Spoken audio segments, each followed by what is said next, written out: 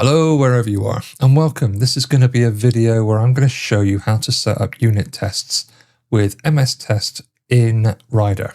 Okay, I did this earlier in the week with VS Code. Some of my other students who are Rider users, mainly because they use Apple Macs, would like me to show them how to do that in Rider as well. Okay, now that I've got Rider set up, I'm going to set up a new solution. What I'm going to do is in console, we'll create a new application. So I'm going to call this my calculator app. And down here, it'll just be called my calculator. And I'll keep everything as it is. That'll be fine. And simply create it. This is the project as it stands at the moment. I'm just going to get rid of this information here. Public class program.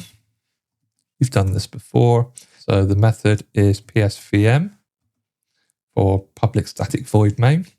And then I'm just going to say do nothing in here. Right, I'm going to create another class. So add class. And this class is going to be called calculator.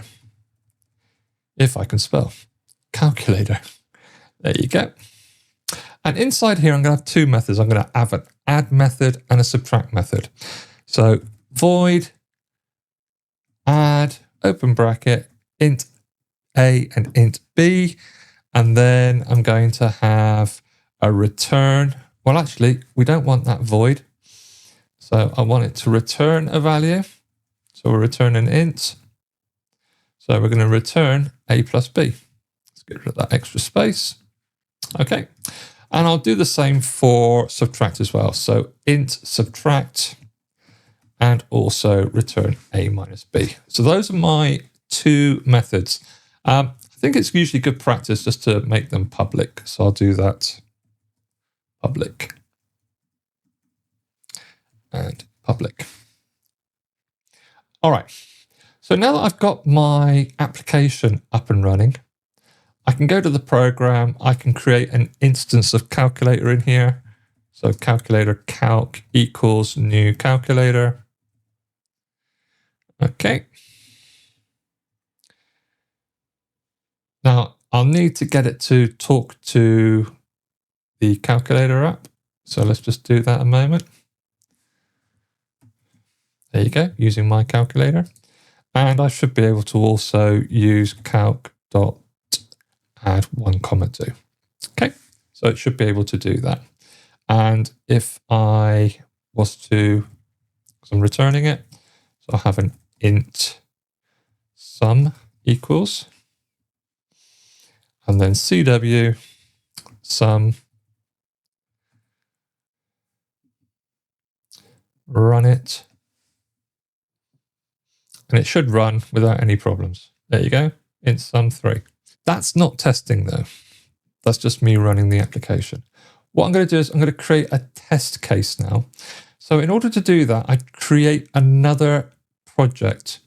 Okay, so this is one project. I need to create another one. So what I'm going to do is go up to the My Calculator app, right click, add new project. And this time I'm going to choose unit test and make sure that I'm using MSTest. The unit test, I usually use the same name as the project I'm going to test with the word test at the end. So my calculator tests. Because there's probably more than one test. And I'm going to say create that. And what it will do is it will create a project with a test class called test method. All right, I'm going to rename this test class to calculator test. And I'm also going to change the name of this method as well. And the general rule that I use is when I'm testing something, I usually name the method whatever it is I'm going to test. So in this case, it's 2 plus 2 should equal 4. Now the problem I have at the moment is if I was to set up the test itself, it won't know about the other project. So I need to create a link between these two projects. So what I'm going to do is I'm going to click left mouse on my calculator tests, right click, and then go to add and reference. And what that does is it shows me what projects I have currently available, including itself. I can see this my calculators here, so I'm just going to put a little tick next to that. And what that does is it creates a connection between the test and the project.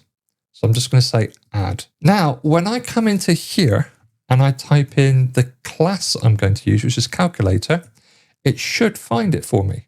So I'm going to type in calculator and I'm going to call it calc equals new calculator. Okay.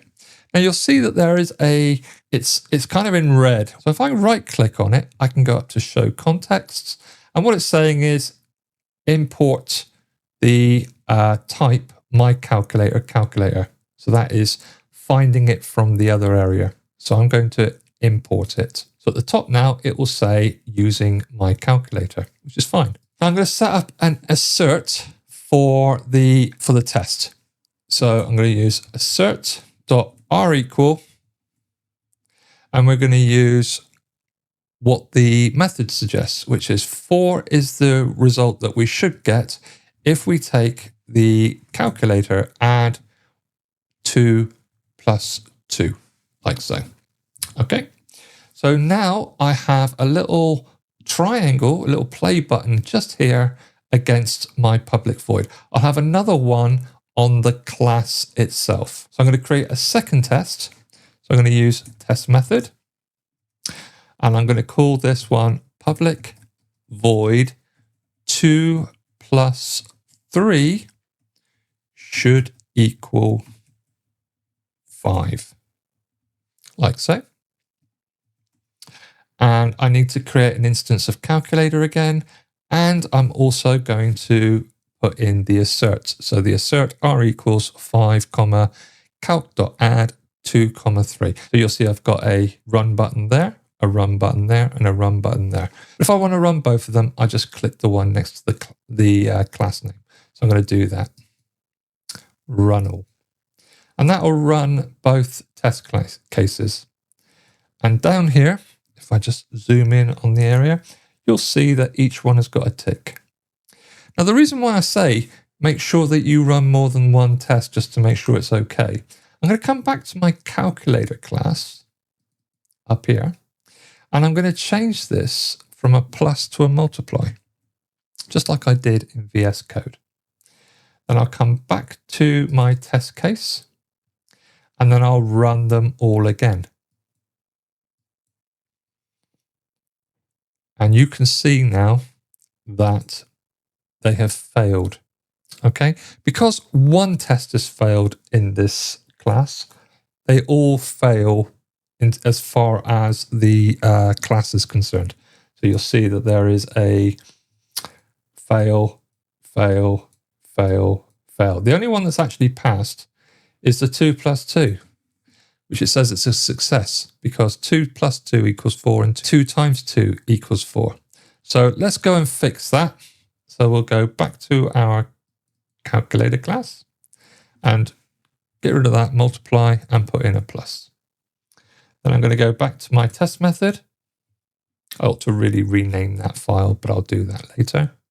And then I'm going to come up to my class and run it again. And now you'll see that they are all working.